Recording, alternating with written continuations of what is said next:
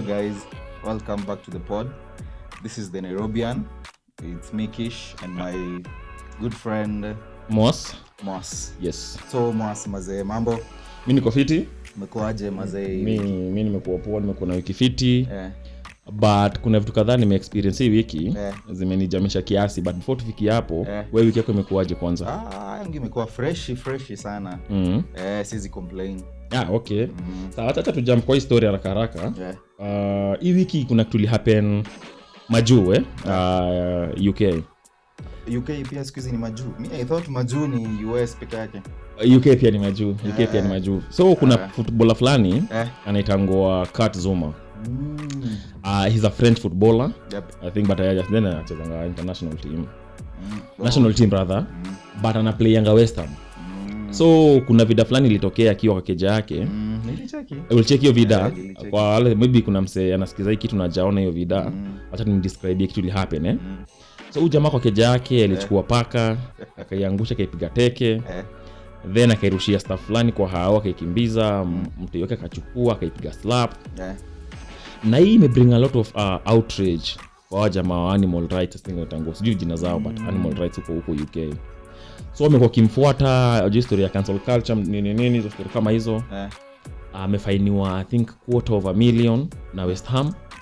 But kwake $250,000 ni I mean like when 1 or 2 weeks wages. Okay.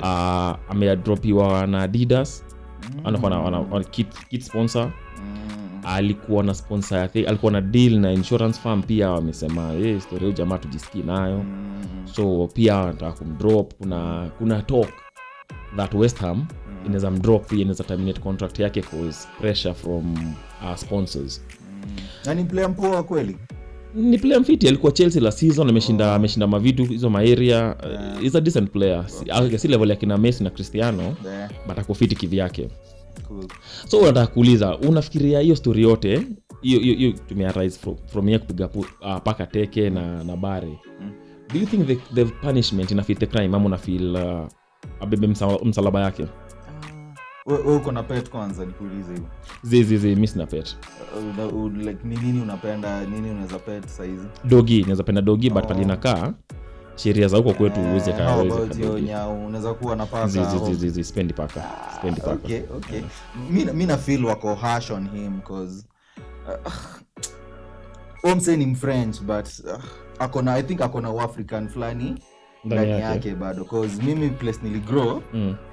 Siwezi sema hatujawahi piga paka but sio pia siwezi sema hapa but siwezi sema sijawahi piga paka. Okay. So I think tu ni bado akona African flani ndani yake cause wase pia wanafaa kujua ni nini paka ilimfanyia. Labda paka ilikula food yake bana na jamaa kakasirika. Akasema deal nayo kwanza. Bana cause hizi stuff happen. Kama sisi tulikuwa tunapigwa tukiwa watoi, wazazi walikuwa wanatupiga ukikosea ama ukae ni kama unaenda kukosea tunapigwa. Na sisi ni binadamu. Paka labda ilikula food yake bana na akaamua discipline lazima. Bana. So mi na feel tu wanampunish vihash. Yes, si kitu poa saizi because world ina change. Kuna vitu saizi wase walikuwa wanafanya na they were getting away with them. But saizi huwezi do hivyo cause world ina change na I think wase wanafaa ku accept. But at the same time pia sisi wenye tuna demand wase wa change. Pia tunafaa kupewa wase, ku-educate wase pia. Tunafaa kuambia bana ni hivi but ilikuwa hivi. Labda ili grow up place kama mimi, sidhani France walikuwa hivyo but labda kama mimi ni venye place nili grow up paka haikuwa ni kitu inaweza kuwa na right ama big sana ni squeeze na learn. Nime learn a lot that hata paka iko na right na ni sawa na appreciate. So I think I say wako harsh on him sana. Ama unafikiria nini? So mimi I'm of two minds about it. Ya kwanza ni ukweli they are treating him too harshly but pia there is something called being self aware. Kuna place wewe uko pia unafaa kuangalia uko wapi. Kuna saying nasemanga when in Rome do like the Romans do, right? Jamaa anaishi Europe. Yep. Europe, USA, jamaa kikamko mambo ya pets wanakuanga so attached kwa pets zao, right? So huwezi fanya hivyo hiyo place na pia expect that itakuwa ni just another day in your life nafanya kitu kama hiyo. So in that regard alikosea. Na mimi nasema alikosea na punishment, yes, alifaa kupanishiwa. But now maisha yangu ni unasema alikosea cause an exist in Europe ama alikosea cause aligonga paka. So both. But aligonga paka si kitu tunazampigia makofi nisema alifanya kitu mzuri. Si ndio? Hiyo si kitu poa. But the fact that ako Europe na akafanya kitu kama hiyo in Europe, hiyo ni big deal. But msameishi Europe anafaa kuwa anajua. Unajua ingekuwa ni an African player ingekuwa ni different, but say he was born in Europe, grew up in Europe. So ni vitu anajua, labda tu tunasema hakuwa self aware. Angefaa kujua hii ufala haita fly area. You honestly a story is told of a guy in I think alikuwa Dallas ama somewhere huko US. Alikuwa jamaa kiafrika hivi, I think ametoka somewhere in Africa. Alikuwa na mbuzi. Akachinja mbuzi kwa compound yake, atakuwa na party. Huyo jamaa alikujiona organization fulani tangu PETA, PETA. Hao wanashughulika na mambo ya wanyama huko hivyo. Akaarestiwa Mayolo. US. Akashikwa juu alichinja mnyama bana. Hawajakubalisha uchinje mnyama hivyo ovyo ukiwa mtaa, yeah? So yeye alikuwa Mwafrika, which is normal kwao, but ile environment alikuwa haikubalishi. So hapa Afrika msee kupiga dogi, kupiga paka si big deal. Hizo area zingine ni kunoma. Before nipatie hii chance, acha niput history yote into context. Kuna jamaa aliripoti kitu vizuri, kuleta aspect ya racism potentially kwa history yote. Racism venye wase wamereact nayo ama Kenya lidu treatment yake after the fact, yeah. So wanasema Eden Hazard kicked a teenager and got away with it with just a 3-match ban. So wakacheza game fulani, I think ilikuwa ni cup game. Ball boy akachukua bola akailalia. Eden Hazard akiwa na hasira cause team yake ilikuwa na lose, akaenda kaza kumpiga teke kwa tumbo ndio achilie ball. Alipatiwa red card, but the punishment ilikuwa ni alibaniwa for 3 matches only. Eden Hazard is a Belgian white man. Suarez got fined 40,000 UK sterling pounds rather for racism and never lost sponsorship. You need self-explanatory. Maguire was convicted in Greece for assault and bribery. He is still the captain for Manchester United and never lost his sponsorship. Jamaa Katzuma nishakwambia hizo vitu zote ali-lose. Amefanya 250,000 nini story mob sana. Yep. But hawa jamaa wengine racism 40,000, racist abuse 40,000. Ule mwingine akapigana. There's a guy called Alonso. Alikuwa anafanya drunk driving na akaua msee in the process. Bwana achezanga Chelsea today by the way. Nothing major happened. Kafine kidogo hapa na pale tu. As much as na agree na wewe, mi spendi wase wakijaribu kurelate. Nasema hii ni angle nyingine tu. Nasema like venye hizo stories umemention spendi venye tuseme tu humse alikosea na anatitiwa vihashly. Tusijaribu mi ufeel vibaya tukijaribu kurelate stories zenye azirelate. Kama labda story ya humse kukick nyau, ushai by the wacha kabla tuendefa, ushai kick nyau bila kurekodiwa unaweza sema hujai kick nyau maisha yako yote.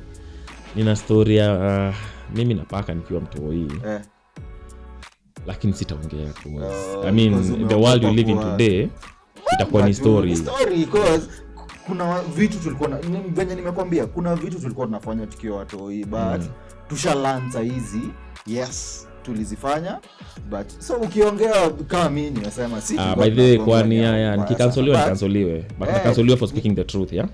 So here goes. Tukiwa watoi mimi nimegrow mtaa by the way. So we didn't have much in form of entertainment. True. So you had to make your own entertainment. Na kwa hao ilikuwa nitokeni nje mkacheze.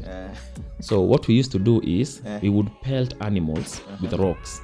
So hizi ni dogi na paka. Now it was fun. It was a lot of fun. It was either we do that ama tuende to fight. Watu wa hii area na area nyingine mnafight na watu hiyo area. No other reason other than you can and you want to, right? So kuna hii story inakonga mtaa that paka za black zinakonga ni demonic, right? Kuna hiyo story. So sisi in all our knowledge ama lack thereof tukasema tutafanya God's work so what we will do tuta eliminate hizo paka. Now mimi nimeshimtaa ndio time inaisha, lakini acha nimalize tu story. Ilishi Dandora. So Dandora kuna Nairobi River inapita hapo hivyo. So what we used to do is we would trap the black cats. Tunaweka kwa gunia then tunazitupa kwa Nairobi River. Now that I'm older, I see the error of my ways, right? But then ilikuwa around 10, 11, so I didn't know any better. So same at what I do, nilifanya ilikuwa poa, but I'm saying the benefit of hindsight, naangalia nisema it wasn't the best thing. But at least nilifanya makosa, I learned from it, and Kadzuma may learn from his mistakes. I think a fine community service would be sufficient punishment, but not what they're trying to do, taking livelihood. Mimi agree na wewe. Kenya ilifanya si poa, but ni kitu sisi pia tushaifanya, but tukubaliani nayo, but tukue fair, educate, tupe punishment ana deserve kudo stuff alido. Ni sawa. Hii story tunaendelea kuongea because details kinaendelea kuemerge. Tutaendelea kuidiscuss hapa hivi kwa Nairobi. So details imagine ni nini paka ilimfanyia ama hii kesi inaendelea. Jota alinyang'anywa paka zake by the way. So tutangojea tusikie ile kutoka baadaye. Tu move kwa story nyingine. Kish imekuwa ikinisumbua kidogo, nimekuwa nikifikiria kuihusu. Nini? Ndaisema acha niseme tu succession for one. Tani elaborate. So sahi Kish, hii podcast ningetaka igrow ifike to a point where watoi wetu, mtoi wangu na mtoi wako wanaweza take over. Sasa let's tumemaliza, right? By the night grow by the nitafika hapo, si ndio? Tuko on the road to 100 subscribers. True. So pole tu. But kumekuwa na this worrying trend, especially in this country. Pale when the founder of a company na dedi, hiyo kampuni within like the next, let's say just 20 years, within 20 years kampuni na dedi na yeye. Na imekuwa ni very worrying trend for some juggernauts kwa country. Zimekaa zika crumble, zimekuwa pale shadow of what they used to be. Na ndawapatia example in a few, but opinion yako, what's your view on history yote ya succession na kampuni kutokusimama once na name dedi, once the founder mededi? Me feel too cause Kenya huwa kampuni mostly ni story ya succession zinaka mingi cause wase wanajaribu kuwa reactive instead of kuwa proactive. Cause mostly unapata ni stuff ina come about cause msee amededi ama cause msee ako incapacitated ku perform kama head. Yes. So sisemi hii ndo the main, but na feel hii ni the major thing ina happen. Like wanaleta mseme kama kampuni ni yangu, niko na kampuni ya example nilikuwa nataka kupatiana ni gani? Kuna Tuskys. Sawa. Kama niko na chain ya supermarkets. Then kama mimi ni founder, then ni dedi. Nitaleta mtoi wangu ata take over, but yeye interest zake aziko kwa kampuni. Labda yeye ni lawyer, but cause yeye ni lawyer, wase wanaona cause ilikuwa ni baba yake, he needs to be running the company. I think hiyo tu ninahonga mainly na uwa kampuni because they are quick groomed to get hiyo place. Una get like ina happen like babake ana daddy, then yeye ana take responsibility ya kuwa CEO, but yeye cause interest zake haziko hapo ama ana managerial skills, anaua kampuni cause interest zake ziko place nyingine, labda ni msetu wa dunda, msetu wa kufungua mabao nini, ama labda ni lawyer tu kuuliza law. You see, na get your point yako, but why is it that kampuni mingi za familia za let's say Wahindi wazinaendelea hata after the mwenye alianzisha ana dedi? It's the same thing cause wase wanakuwa grown early cause msi anamaliza kampo, unaona anaanzishwa anaingizwa kwa kampuni.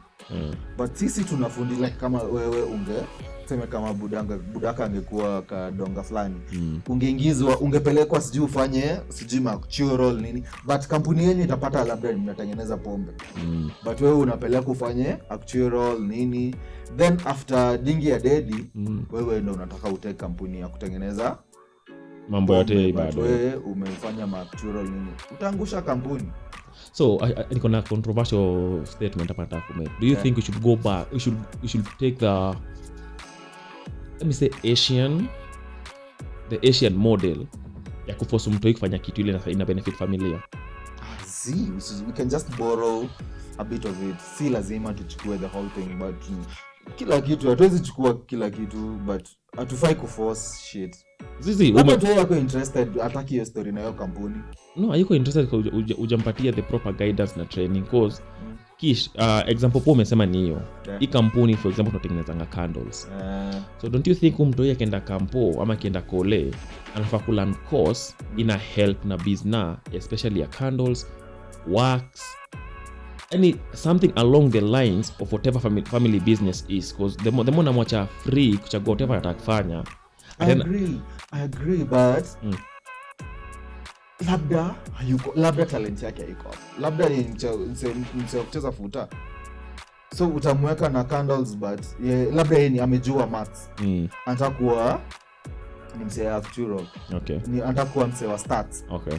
Always enforce kudo stuff ingine because wase wako different. Okay, so hii unaweza build kuwa kama wewe, let's say budako alikumake ufanye 844 system. I hope uko 844 ulifanya 844. Fanya 844. Labda budako alikumake kufanya 844, then una end up wewe ni unacheza ball. Any talent yako hiyo 844 haija kuhelp. So mimi niko na issue na hiyo nini yako, hiyo logic yako na yangu ni why is it that in China, Japan, India ina work? Mbona tukifika hapa Afrika ndo tunasema tulia hapa Afrika ndo tunasema talent yake, skill yake, and the effect ya hiyo ni tunakuwa na society of very educated people but educated with useless nonsense that is not helping the society. Acha nipatie example.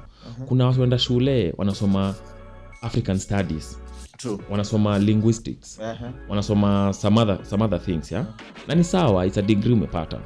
But how are you using your African studies degree to benefit the society? How are you using your linguistics degree to benefit the society? What are you kusoma si shida ni how are you transforming that piece of paper to be beneficial to you and society? Hii kwa chili ya say tuko very liberal ati wacha msenda for talent yake, passion yake. Tunajipoteza sasa. Africa iko na very educated people but educated with nonsense. Unasema hivyo ni kama sisi tuliwachwa tufanye wenye tulikuwa tunataka. Tulifosiwa na kitu. Na hiyo story yako ya kucompare Japan, China. Sisi pia kama Africans tuko na kitu ina work for us. Si lazima tufuate hiyo China ama nini. Because kuna vitu inatuwakia na imetuwakia. Mbona tusibuild up on hiyo yenye imekuwa ikituwakia kama Africans? No, mimi kwa sawa na hiyo. Tunaweza borrow, sikatai, tunaweza borrow a bit of hiyo venye na happen Asia ama nini. Mmoja venye unabonga ni kama wewe budako alikwambia, mmoja wako alikwambia, buda, wewe fanya kenye unadai. Tulifosiwa bado. Mimi sina issue na hiyo, but naongea with respect to story ya business hapa hivi. Budako anafanya business ya kuuza stamps, but wewe unaenda kusomea how to make soap for example. I get hiyo isaidii mtu wote. Ama how to make. Issue yangu ni kama kuna family business ama kuna some people need guidance, yeah? When you're too liberal, wasa unapotea kwa zinakuwa ni kama broadcasting. Unasema tu endeni fanye kenye unataka kufanya huko hivyo. But a bit of tunnel visioning, na feel ni very crucial and very important. Na in the Asian market, in the Asian family, even wanafanyanga, utafanya ile kitu tunataka ufanye. Kids are told utafanya medicine. But I know unajua that's not the best way. That's the best way. Okay. Wait. Okay. How is that not the best way? Because you're being forced to. I think guidance unafaa kupatiana. But kupewa guidance haimaanishi kuwa forced kudo shit. Like unafaa kuguidiwa. Like parents wako anafaa ku notice that uko na interest in this and this. Then akuguide from hiyo. Una get? You know, haimaanishi because parent wangu anaweza kuja kuniambia boss fanya kuwa daktari. Naweza get degree ya daktari, then boss mimi na fanya podcast. At the end of kusoma like 7 years shule. So tunafaa kusikiza tu, tunafaa kujua na to learn watoi wetu wako interest in nini, then tunacha hiyo. But story ya Succession, tukirudi kwa Succession ni hizo tu stories zina. Story tu ya kuwa tuko reactive. Okay. Cause mostly unapata ni msee amededi ndo kijana anajaribu kuingia base then ana fail. Hiyo ndio issue yangu, kwa sababu majamaa wataki kugrow watoto wao, uliachilia mtoi aende. Si lazima mtoto wako ndakuwe head of company yako. Hapo ndio niko na issue na sababu ya Kish. Chukua mtoto, ukianza kampuni, hii kampuni tumeanza sasa kama familia, right? True. Umtoi once amefika age, see in America ama hizo countries za Asia, what they do is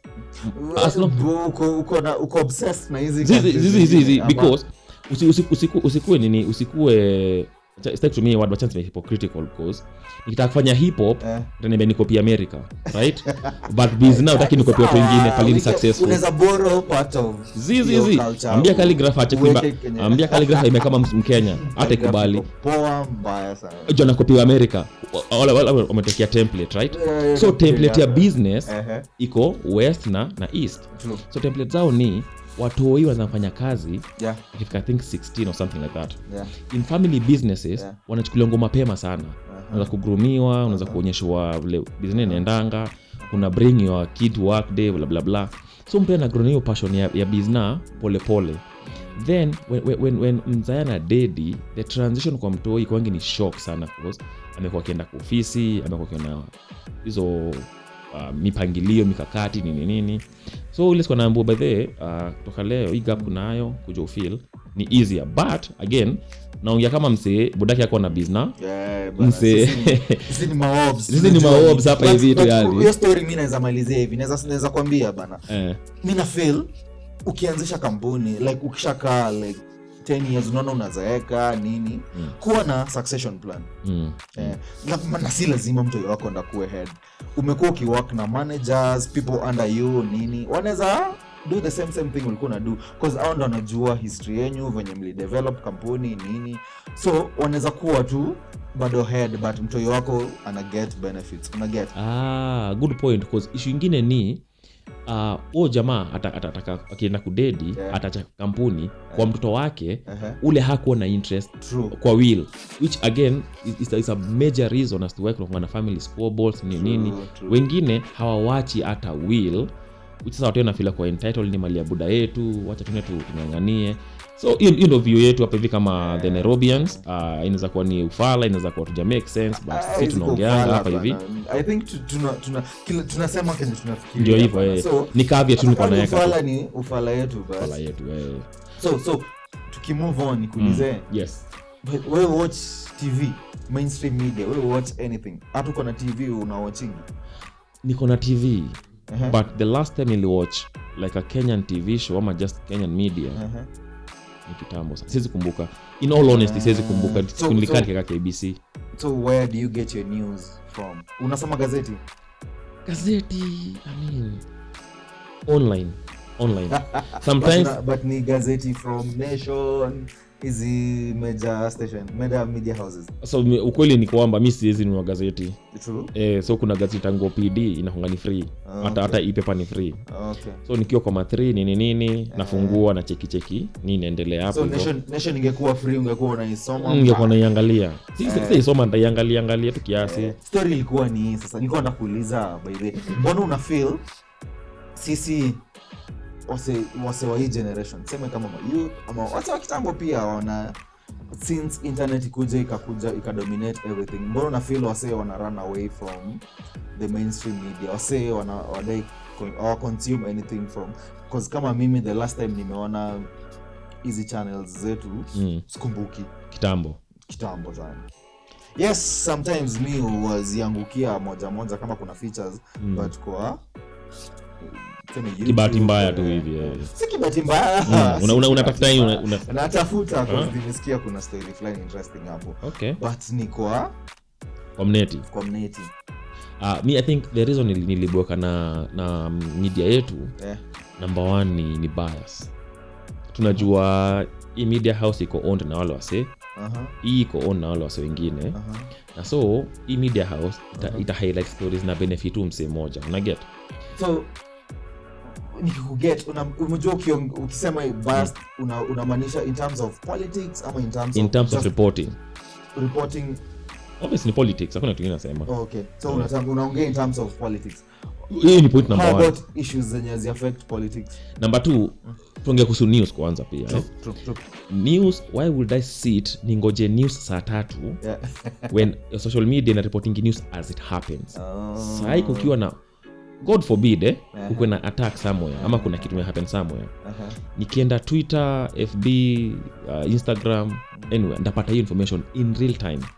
So yako ya news ni Facebook, Twitter, YouTube ni. But una realize hizi sources zako zenye mention pia ziko full of shit pia mazee. Kuna hizi stories zenye na accuse hizi mainstream media, hizi zingine pia ziko nazo cause hizi zingine pia ni wagadis mbaya sana. Okay, mimi nafeel haiko hivyo because saa hii kitu kifanyika hapa hivi, nitachukua phone yangu ni record na ni post, right? Hiyo story sija gag kitu yote, sija censor anything. Hiyo news unaipata very raw. And that ni one of the drawbacks social media news. Because unapata vitu kiwa very raw. So censorship pia ni story nyingine. Ni story nyingine pia. Okay. But sometimes censorship ni poor to some extent. You remember when some cabinet ministers were dedi and they reported to live, there were some very horrid photos and videos. So you na appreciate when the traditional media at least on handle na sensitivity fulani ile nahitaji. But for me, media number 1, the biasness na nibo. Number 2, wana reporting ni kama gazeti, kuna gazeti jioni. It makes sense, right? Social media kitu happen saa na nitaiona saa hii. So sina need ya kukaa chini ningoje news na nishipata kwa phone yangu. I work with my computer.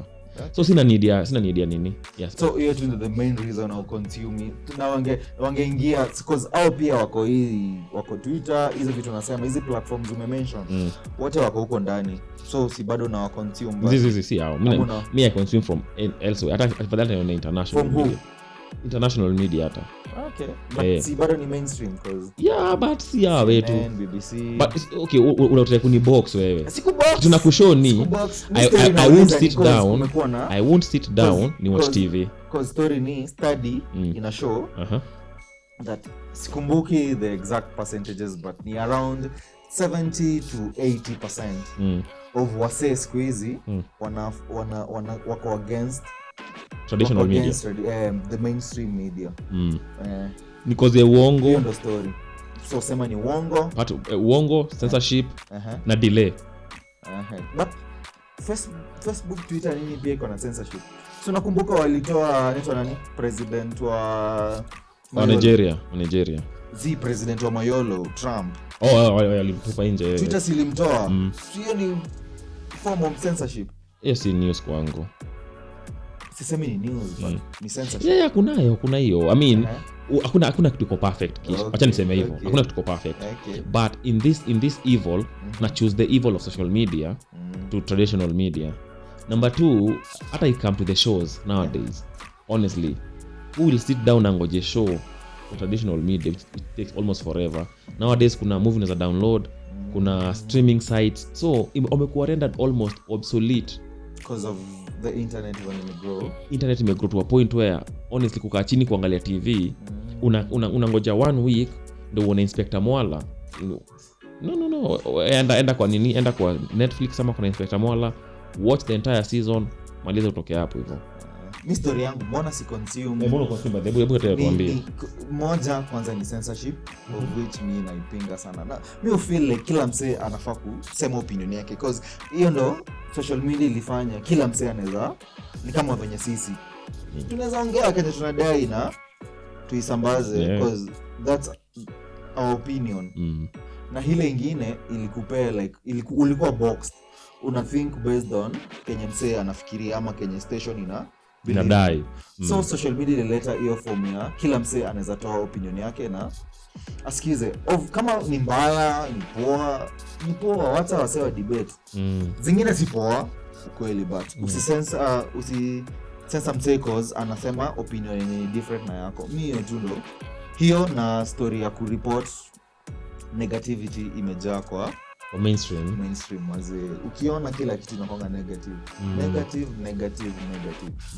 Cause hata wanasema sijui negative ndo ina sell, cause hata papers the headlines utapata 70% hizi percentages nazitoa tu from your ass. Ni sawa tu zitoe zote, nazitoa tu place, but most of them mazee hakuna story positive.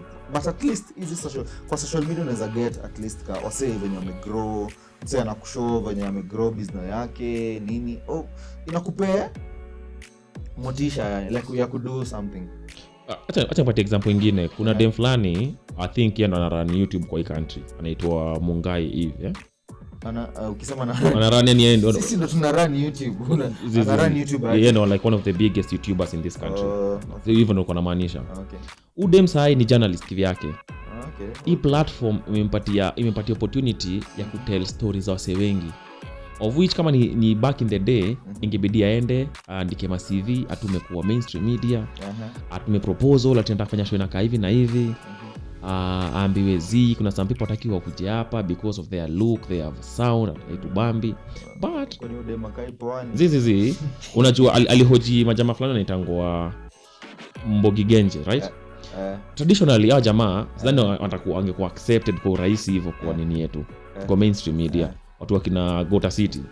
But through the internet and hiyo platform mpya tuko nayo, hiyo TV channel yake iko na followers I think so like 200 Gs na kitu, anapatanga views kibao. So itapata news ya watu naendelea kwa street place kama Gota City, sitawahi jua from mainstream media.